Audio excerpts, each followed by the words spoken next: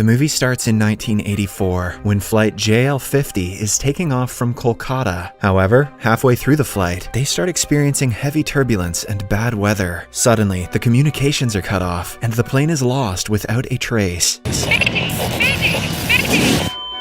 From that day on, not a single clue is found regarding the disappearance. The movie then cuts to 35 years later, in the year 2019. We are shown a remote village in West Bengal named Lava, where a bunch of kids are playing football. Suddenly, a large plane flies over them, which is very rare in a hilly area like theirs. The group immediately rushes in the direction of the plane and finds out that it has crashed into the nearby hills. The scene then shifts to Kolkata City, where the protagonist, Shantanu, is watching a news report on TV. The report mentions that a commercial airplane, flight AO-26, which had several high-profile people on board, has gone missing. It is suspected that the plane has been hijacked. A while later, Shantanu heads to his workplace, the Central Bureau of Investigation. It turns out that he is a high-ranking officer there. He then goes to the crash site with his colleague, Gauranga, and starts his investigation. At first, he approaches a rescue soldier and inquires about their progress. The soldier reveals that all but 2 people died in the crash, and the survivors are receiving medical attention. One of the survivors is the pilot, and the other one is a passenger. The strange thing is that a passenger's corpse is found in the cockpit, indicating that the plane was hijacked before it crashed. After the conversation, the 3 prepare to board a helicopter to visit the crash site, but just then, the soldier remembers something very important. He tells the CBI officers that the crashed plane is not the one they're looking for. In simple words, it is not flight AO-26. It is in fact flight JL-50 that disappeared 35 years ago. The movie then flashes to the past, to the year 1984, and we are introduced to an aspiring pilot from Kolkata, Bihu. She has everything one could ask for: a high-paying job, a loving family, and a bright future. However, for some reason, she is upset from the past few months. Her mother tells her to brighten up and forget the past, but Bihu simply ignores her and leaves. Back in the present, Bihu is fighting for her life in the hospital. She is none other than the pilot of the crashed flight, JL-50, which went missing in 1984. Meanwhile, Shantanu and Gauranga travel to another remote village and visit a school. There, they summon the physics professor, Dr. Subroto Das, and start interrogating him. Shantanu reveals that the crashed plane, JL-50, had departed for its destination in 1984 and disappeared without a trace. He also tells the old man that one of the seats in the flight was vacant, and the ticket belonged to none other than Das himself. For a brief moment, Das is visibly stunned, as this is some Final Destination shit, but he claims that he doesn't remember about the past as he has become old now. Dr. Das then heads home and starts searching for something. A few moments later, he collects a bunch of documents, some pictures, and burns them all together. This implies that he knows something about the plane crash. Later, a news report reveals that a terrorist organization named the ABA has claimed responsibility for flight AO-26's hijacking and is demanding the release of their leader, Partho Majumdar, in exchange for the passengers' safety. Partho is scheduled to be executed in a few days. It is also reported that the officials will surrender to their demands. A few days later, pilot Bihu regains consciousness, and Shantanu heads over to interrogate her. First and foremost, he asks her how the plane crashed, and Bihu starts narrating everything. She reveals that, like any other day, the flight took off at 3 p.m. For the first 10 minutes, everything was fine, but suddenly, a passenger barged into the cockpit and stabbed the co-pilot to death. The in-flight meals must have been terrible. He then gave Bihu some coordinates and threatened her to alter the plane's route. But before she could comply, the weather deteriorated all of a sudden. This caused the plane to go through an intense session of turbulence, and soon, it crashed. After the story, Shantanu asks Bihu the location and date of the flight's takeoff, and the latter replies Kolkata, 1984. As expected, Shantanu doesn't believe her words and calls her a liar. He then mentions that they're in 2019, and hearing this, Bihu is taken aback. To find out more about her, the CBI officers reach Bihu's old house and interrogate some of the neighbors nearby. Since the incident happened 35 years ago, not many people know her, but fortunately they come across a couple who were close to Bihu's family. The husband reveals that Bihu was a skilled pilot, but her career started going downhill when she got into a relationship with a man. He made her pregnant before marriage and passed away mysteriously. However, Bihu's breaking point came when her child was born dead. Soon, the husband takes out a photo album and shows a picture of Bihu right before she was killed in 1984. 1984. Lo and behold, she looks exactly like the Bihu in the hospital. Despite the evidence, Santanu, who doesn't believe in time travel, still thinks that everything is fabricated. Later, he heads back to the CBI base and listens to the black box recording of JL-50. As Bihu had mentioned previously, some hijackers entered the cockpit and killed the co-pilot. Then, after a while, everything went silent. Santanu asks his technician the last date the black box recorded anything, and the latter mentions August 23rd, 1984. This comes as a surprise to everyone, as a black box is virtually indestructible. Hence, they adamantly have to believe that the plane has somehow traveled through time to the year 2019. Meanwhile, the second survivor from the JL-50 flight crash, Mitra, has regained consciousness. When a nurse informs him that the crash has another survivor, Mitra immediately heads to Bihu's room to finish her off. Luckily, a nurse notices him and calls for help. However, instead of surrendering, the lunatic Mitra holds the nurse at knife point and emerges in the hospital's hallway. Santanu also arrives at the same time and tries to calm Mitra down, but the latter doesn't listen. Instead, he slowly approaches the main door, and when everyone is expecting it the least, he escapes. Santanu runs after the lunatic, but by the time he reaches downstairs, Mitra has already escaped in a car. Suspicious, Santanu then conducts research on him. He finds out that Mitra was a genius who was a professor at the Kolkata Science Research Center. He was also a left-wing activist who was involved with some terrorist organizations 35 years ago. After finding Mitra's address, Santanu reaches his home. There, he finds a huge collection of books, files, and other research papers that Mitra had written in his lifetime. Santanu opens one of the files and comes across a research paper named Project A. When he flips over some pages, he also finds the blueprint of the JL-50 flight. Realizing that it is related to the plane crash, he decides to take the file with him. Later, in order to find out more about Mitra and his Project A, Santanu goes to the Kolkata Science Research Center and talks to a professor named Ashwini. As soon as Ashwini hears about the project, he starts giving a history lesson. He mentions that in 253 BC, the Emperor of India gathered scholars, scientists, and philosophers from all around the country to produce 9 different books, which taught about several supernatural arts like invisibility, the ability to fly, and time travel. These books were then buried into the ground, fearing that the enemies might use it for their personal use. Several millennia later, some pages of the time travel book were found, and a team of researchers was put together to prove the theory. This top-secret research program was labeled Project A, but no conclusion ever came from it. After hearing this story, Santanu inquires about Mitra, but Ashwini mentions that he doesn't know much about him. Instead, he suggests Santanu meet Dr. Das, claiming that the two were very close back then. At night, an enraged Santanu barges into Das's house and confronts him for lying earlier. He then brings out the Project A papers and tells Das to reveal everything. Left with no choice, the old man starts speaking. He says that Mitra's father was a part of Project A, but when they couldn't find any conclusion, the government pulled the plug on it. Years later, Mitra continued his father's research, and after working day and night, he finally found the code. Once again, Santanu doesn't believe in the story and calls it BS, but Das tells him that everything is true. He continues by saying that Mitra, using his genius mind, researched the incomplete Project A papers and found the formula, with the help of which he discovered some wormholes in the Earth's atmosphere. Through these wormholes, time travel is possible. Das further mentions that he was Mitra's disciple at the time, so he knew the entire plan. Mitra wanted to hijack a plane, fly it through the wormhole, and reach another timeline. For this, he formed an alliance with Partho Majumdar, who is the terrorist leader that caused plane AO-26 to be hijacked in the present time.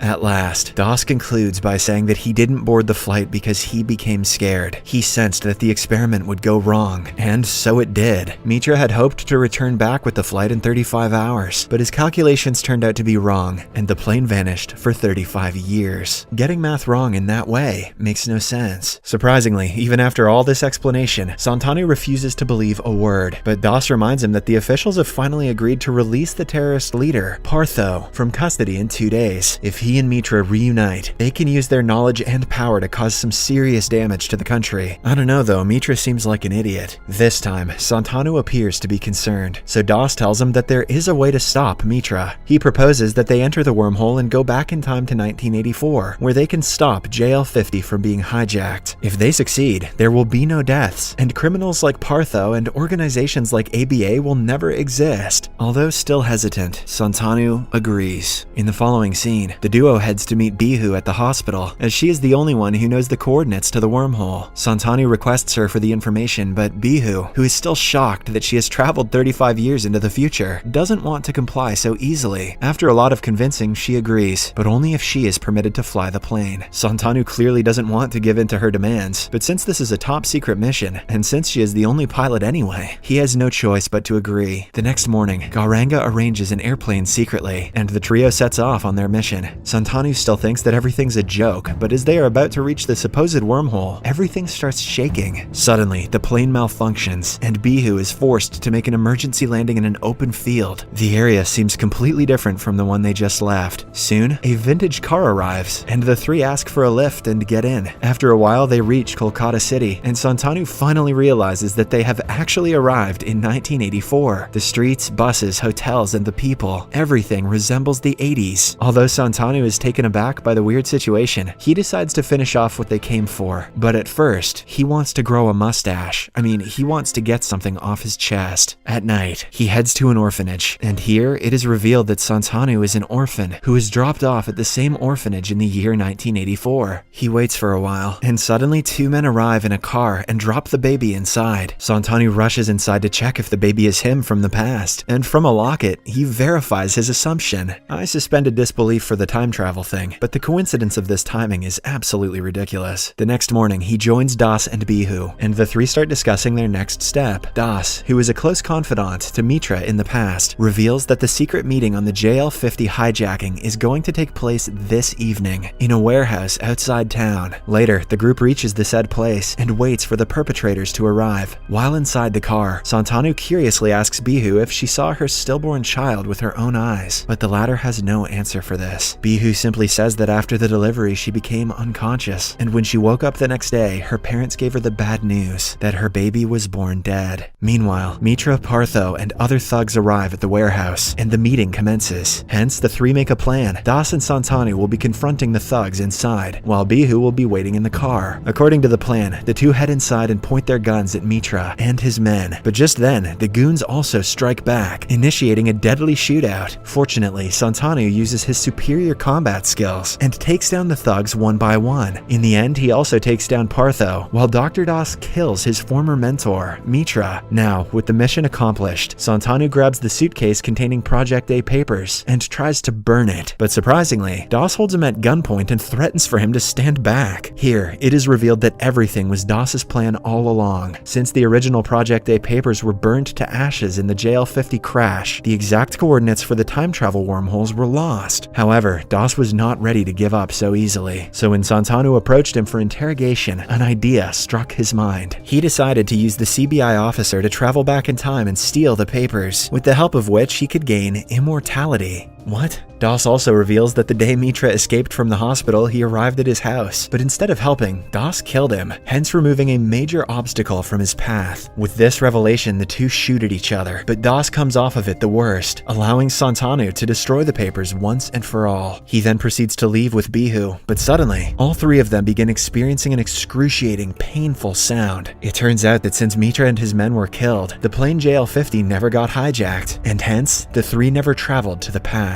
Now, the timeline is rejecting unwanted anomalies, and hence, the three are all teleported back to the present. However, a small change in the past results in a completely different and alternate future. In the final scene, Santanu is shown traveling in AO-26 with his wife, and their plane is not hijacked. In fact, both flight AO-26 and JL-50 were never hijacked, as the villains were killed back in 1984. Santanu and Gauranga even run into each other in the plane, but do not recognize each other. This means that the two never became friends in this alternate reality, and probably Santanu did not even get to join the CBI as an officer. Santanu then arrives at the same orphanage to celebrate his birthday. As he is playing with the kids, an old Bihu approaches him and hugs him tightly. In a shocking turn of events, it is revealed that Bihu's son was not born dead after all. In fact, the child was dropped to the orphanage by Bihu's father, as it was born before Bihu was married, and he feared that the society wouldn't accept her. The child is none other than Santanu himself. However, in the new timeline, after the JL-50 flight returned safely, Bihu's mother eventually told her the truth, and that's how the mother-son duo were reunited. Now, in this timeline, the two have never been apart. The movie ends as Santanu and his mother distribute presents to the orphan kids and play with them, as both are empathetic, happy, and grateful for their new lives.